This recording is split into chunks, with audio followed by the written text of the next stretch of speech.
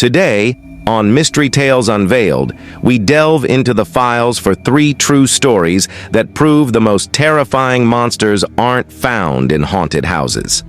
The stories you are about to hear are curated from real-life accounts, Reddit threads, and documented cases. To protect the victims, all names, locations, and identifying details have been altered.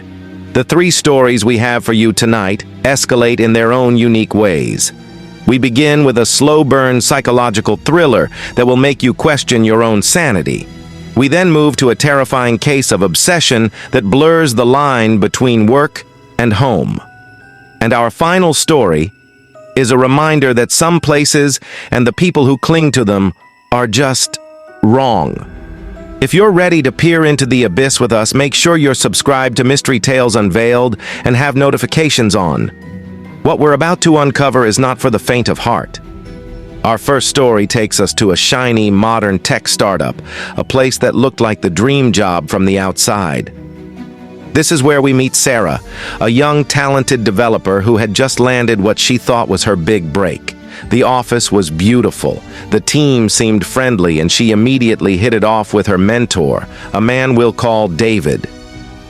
David was in his late 30s, incredibly competent, soft-spoken, and always willing to help.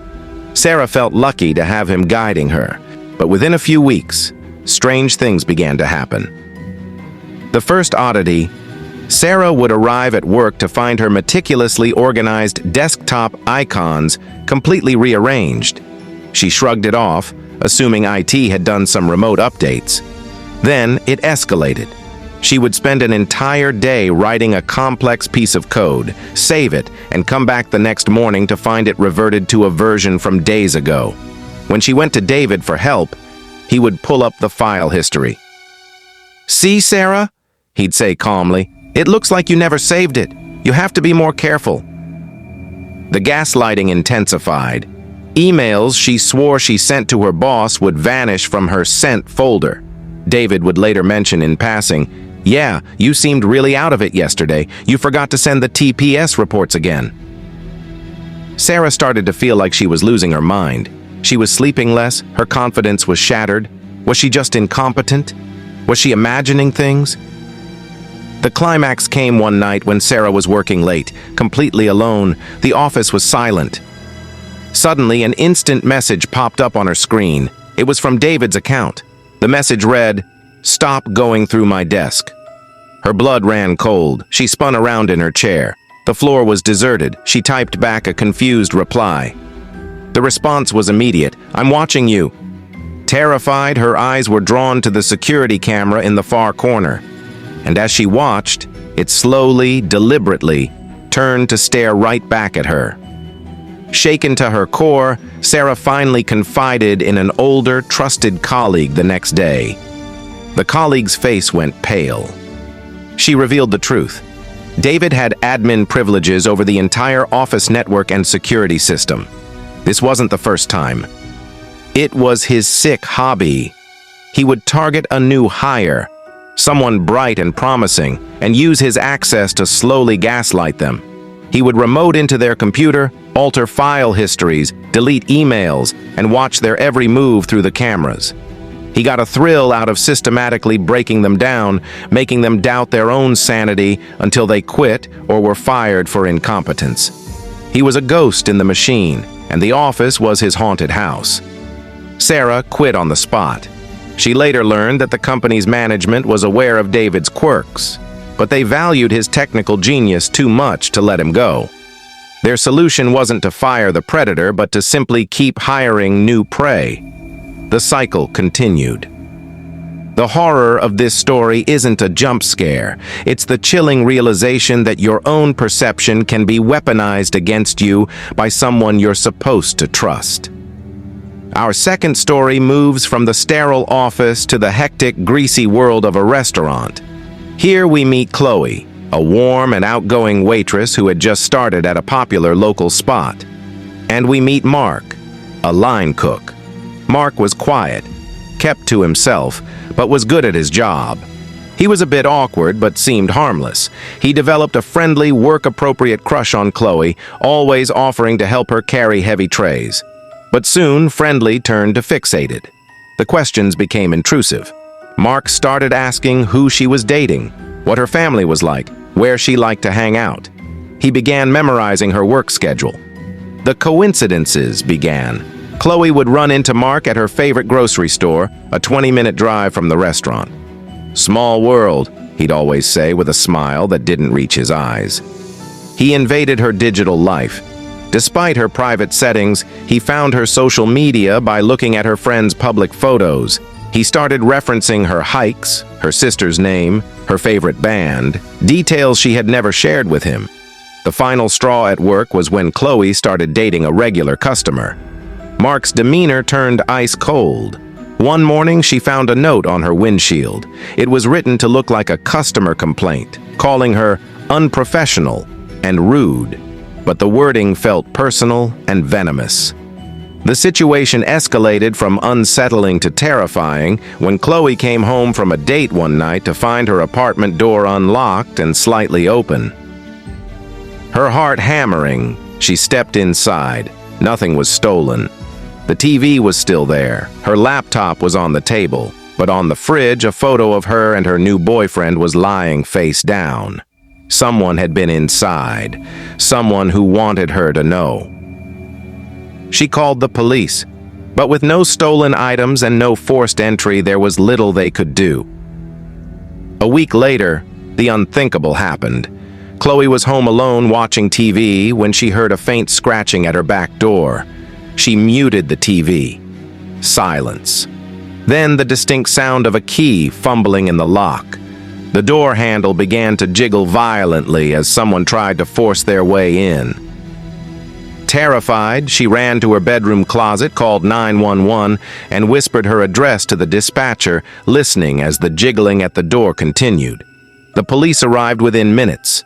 Outside Chloe's back door, they found a set of keys on the ground. One was a master key for the entire apartment complex. The other was a key to the back door of the restaurant where they worked.